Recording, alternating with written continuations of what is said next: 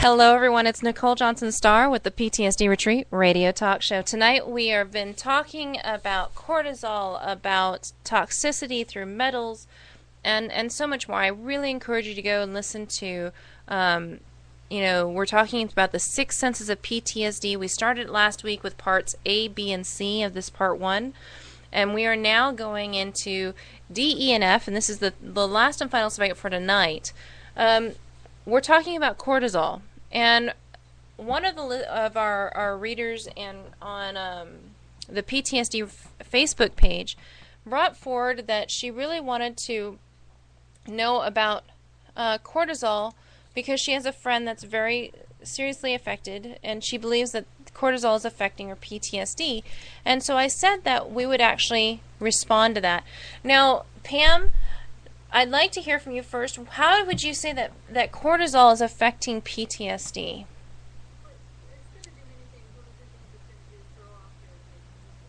Mm-hmm. When you're putting out all these stress hormones, it's going to send messages to interfere with neurotransmitter production as well. For neurotransmitters and hormones to work properly, you need to be in what's known as a parasympathetic state. So you don't want to be producing a lot of cortisol or adrenaline. That's not really natural or normal for the human body. For us to, for us to be in a happy, healthy state, we need to be in a state of sensation around resting and digesting. We need to be relaxed. And when we are pushing our nervous system beyond into this capacity where we're not used to, and we're overproducing things like cortisol and adrenaline, it's going to just cause a domino effect in the body. Mm-hmm. And so it's just causing a communication chaos, if you will, because it's just not natural and normal for us to be living in this nervous state, and that's what we're living in right now. People are feeling wired and tired all the time, and Yeah. that's probably the majority of the population, and we shouldn't feel wired and tired. And Urian was talking about adrenaline earlier, and that's what's giving us energy, but we're overproducing it. We're not producing it at the right time in the day, and it's wreaking havoc all throughout our bodies. Yeah. Yeah, I think the overproduction of adrenaline cortisol due to glycemia is not caused by PTSD. It is a symptom of PTSD.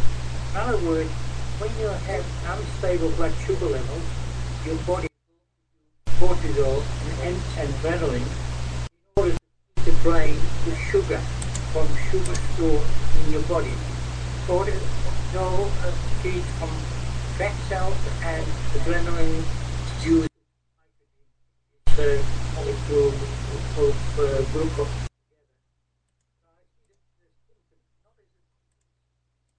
In other words, while PTSD, you overproduce adrenaline and cortisol, and that is action.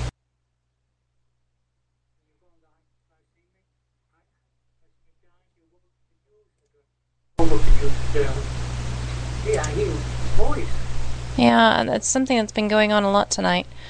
Yeah.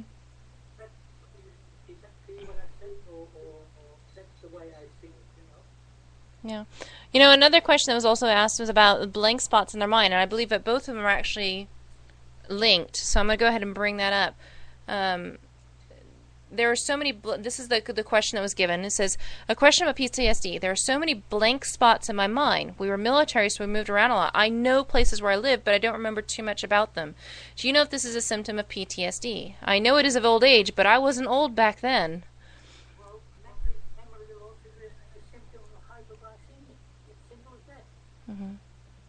When you go look at the symptoms of hyperglycemia, you look it up scientifically. Memory loss, Alzheimer's disease, forgetting that's a sign of it. So when you have PTSD, you have hyperglycemia, therefore you have memory loss. Mm-hmm. I mean, when I collapsed with chronic fatigue, I had finished a couple of university degrees, so I knew that I could remember things at some point in my life, and then all of a sudden I collapsed with chronic fatigue, and I couldn't remember a sentence. If I were looking at a book, I wouldn't be able to remember the sentence I had just read. I'd have to read it over and over and over again. So I lost my memory.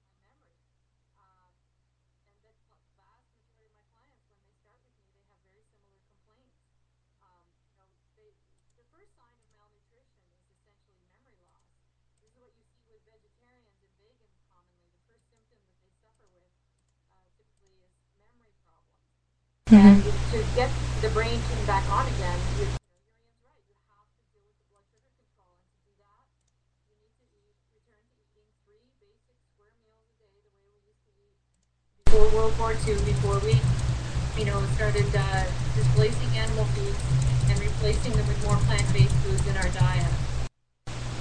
Okay. I agree.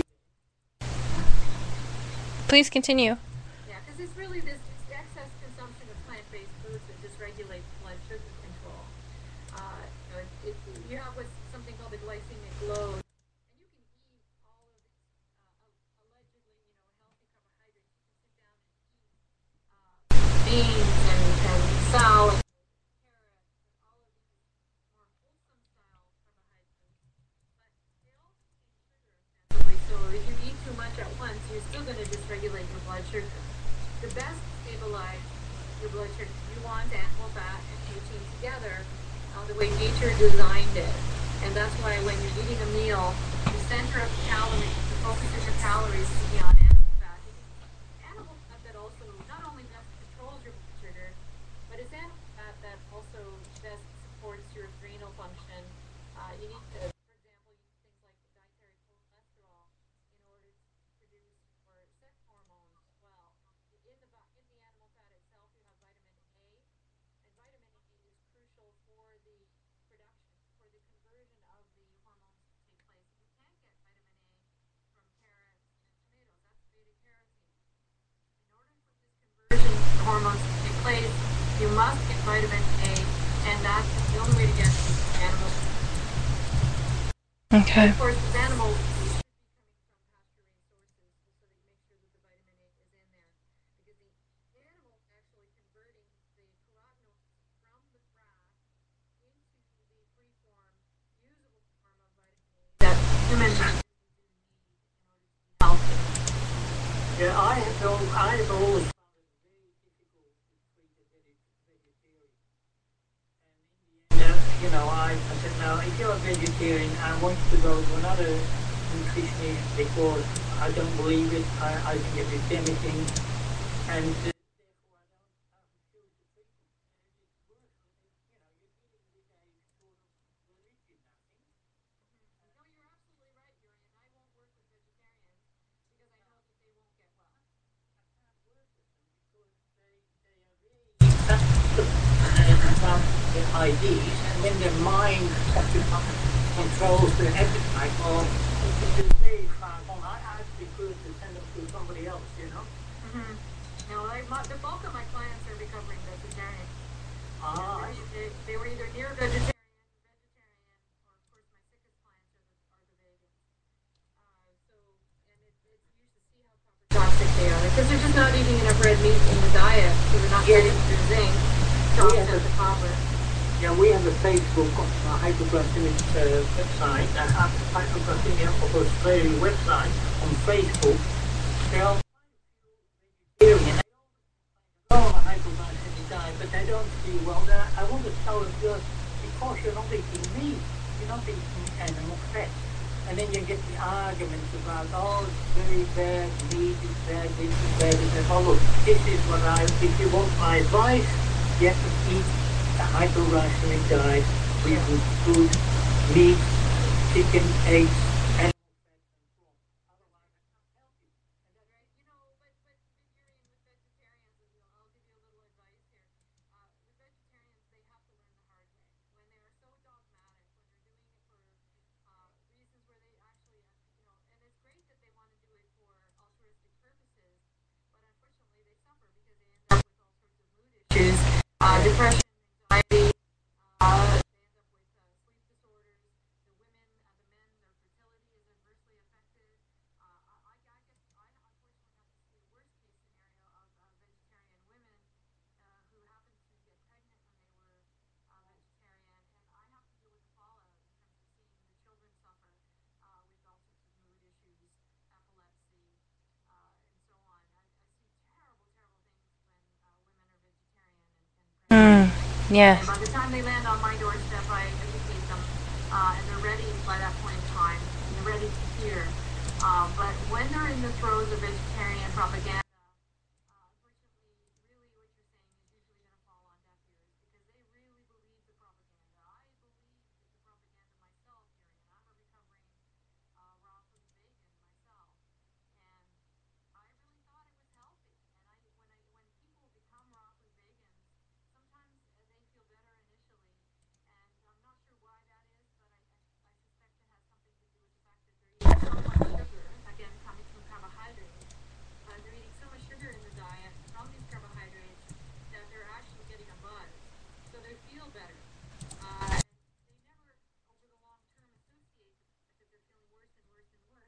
because of the diet. They want to blame all these other things for why they're feeling worse, and they don't recognize the fact that it's the diet because they did initially feel better on the diet, and also because they're hearing the propaganda about how healthy this diet is allegedly, but it's not. I mean, a vegetarian diet was invented as a knee-jerk response to an overpopulation problem, number one, and number two, the vegan diet was invented to kill everybody's libido.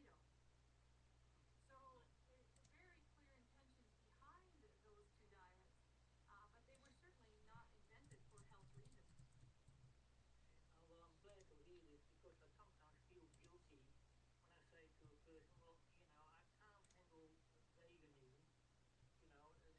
too much for me. I'm a nutritional therapist, and I like you to go on a hypoglycemic diet. If you're a vegan, then you can't do the hypoglycemic diet, and I can't help you. And that's it. You have to go to somebody else. And I feel guilty. You don't feel guilty. Yeah. Don't feel guilty. They have to find out, and they will get sicker and sicker. But if they're in the throes of the dogmatic side of the vegetarian propaganda, then you can't penetrate. And then when you try and debate them, they really think they know a lot about nutrition. And I look at myself back in the 90s when I was a vegan, and I thought I knew a lot about nutrition back then.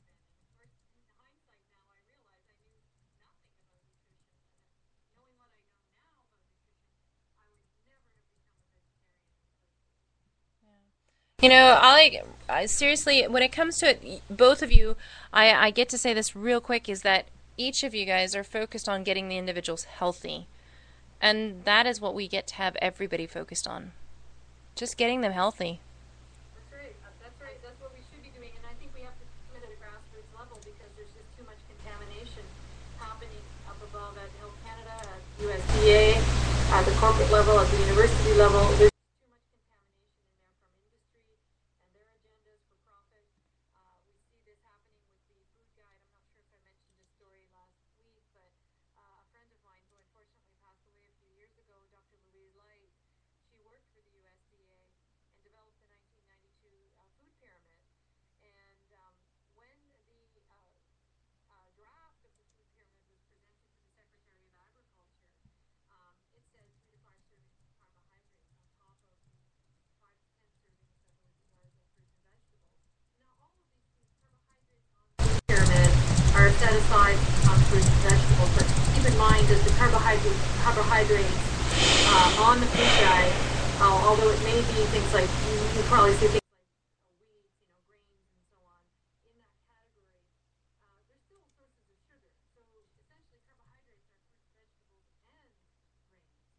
Mm-hmm. And so the emphasis of the food guide now for many decades has been this idea that we are to be healthy, we should eat whole grains and fruits and vegetables. Well, that's the opposite advice from what we should be doing. And so what Dr. Light did was when they presented this draft of the food guide to the Secretary of Agriculture, it said 5 to 10 servings of fruits and vegetables and 3 to 5 servings of carbohydrates. It came back from the Secretary of Agriculture as 6 to 11 servings of carbohydrates. So there you have 5 to 10 servings of fruits and vegetables and 6 to 11 servings of carbohydrates on that 1992 food pyramid. And so she and her team said to the Secretary of Agriculture, if you do this, you are going to create a diabetes and obesity epidemic. And do you think that he listened? No. Do you think that he cared? No. He had lobbyists breathing down his neck, insisting upon these recommendations. And there we go again with this notion that, things like bread are going to fill our belly, pasta and so on. They're going to fill our bellies. So they're going to stuff us, but they're going to starve us at the same time. And that's essentially what's happened now for quite a while. As the government has been making these food guidelines, of course, we are sicker, fatter, and more depressed than ever before. And so we can't turn to the government to give us any guidance on this issue. They're being pressured by the lobbyists.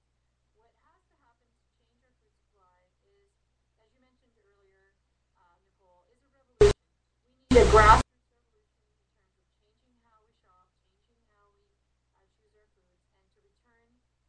wisdom of our ancestors and eat according to their patterns. And that's why we have the words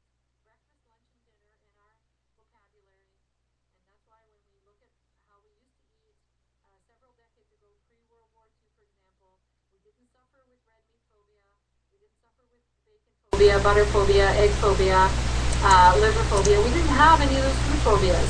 And back then, we were actually healthier, much, much healthier, both physically and mentally. Yes, and that's something that we really need to get back to, is... In other words, it is a question of education, you know. You have to educate people, and that's how you can change the government. Because the government is run by lobbyists. I mean, let's face it, they are run by lobbyists. They control government, and they're not controlled by us. You know, I really get to say this, if the people would speak up. Now, I recall, this is something that really, it's a political statement that was made by a close ally, and Pam, you might even recognize the individual, but I won't say who, that once said to a group of individuals who didn't agree, they were not of this country, they were not residents of this country. Well, they were residents, but they weren't citizens of this country. But a group of individuals had moved into their country and were disagreeing with the policies of that country and the standards of that country. And this world leader spoke up and said, if you don't like it, you really don't have to be here. We need individuals that have the balls, that have the fortitude to speak forward in such a manner. And if the people underneath will begin speaking like this, it's going to go up the chain to the leaders. If the people at the bottom say, you know what, this does not work and it gets to change, you don't have to be in that position. Nicole, you're talking about revolution.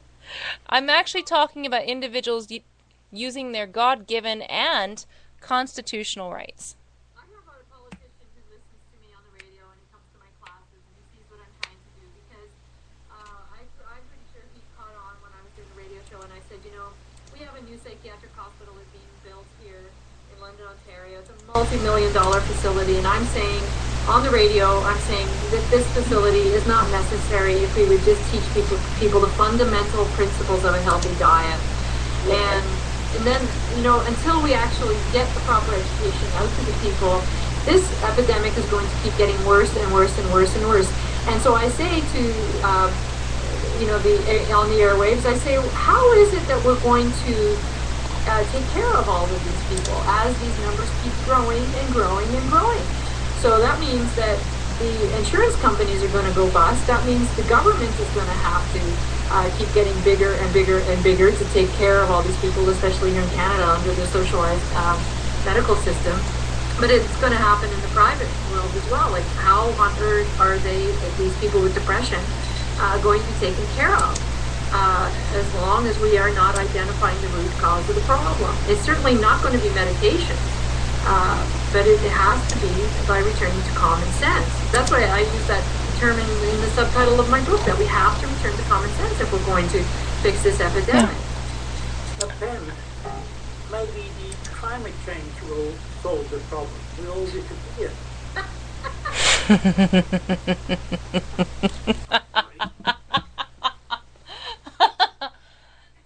Thank you, Urian. I think people are just going to be so zoned out that they're going to be watching Survivor every single day. Oh. Reality TV is going to save us here. All right, we're falling. Our brain cells are rapidly depleting just by the mention of that. So I'm just going to go ahead and say, you know what, everybody,